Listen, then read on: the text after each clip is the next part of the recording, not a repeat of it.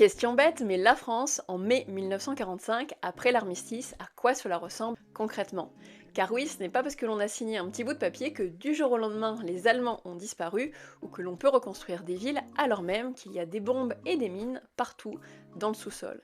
Alors concrètement, la France, à quoi cela ressemblait en juin 1945? Au lendemain de l'armistice, la France est très loin d'être sortie d'affaire d'un point de vue économique. Alors que l'on évoque souvent les tickets de rationnement comme étant le symbole de la Seconde Guerre mondiale et même de la Première, il faut savoir que les Français seront rationnés jusqu'en 1949. Et ce même alors que le plan Marshall a été mis en place par les Américains dès 1947. Dès juin 1945, les Français devront même changer leur billet pour que les ministères des Finances puissent faire un état des lieux des fortunes des Français. Ils font ainsi en sorte de limiter les fortunes de ceux qui ont profité des marchés noirs durant la guerre pour s'enrichir. Et les femmes dans tout ça.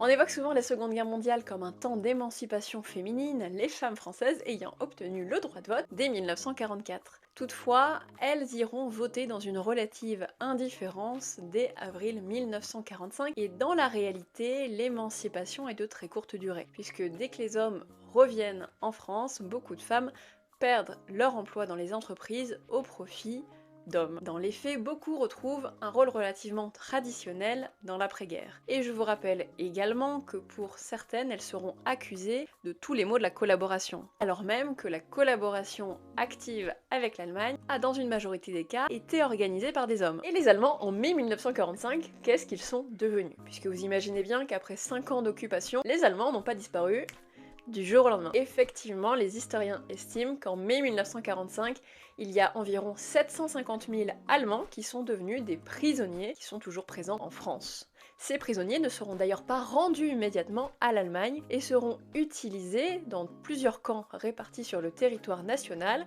pour la reconstruction et surtout pour le déminage, car le territoire est jonché de mines de guerre qu'il va falloir retirer avant de pouvoir lancer la reconstruction du territoire. On estime que jusqu'en 1948-1949, il y a toujours des prisonniers de guerre en France. Toutefois, à ce moment-là, ils ne sont plus qu'environ 25 000 qui seront progressivement renvoyés en Allemagne. En réalité, c'est quasiment une décennie de reconstruction qu'il faudra pour sortir des destructions de la Seconde Guerre mondiale.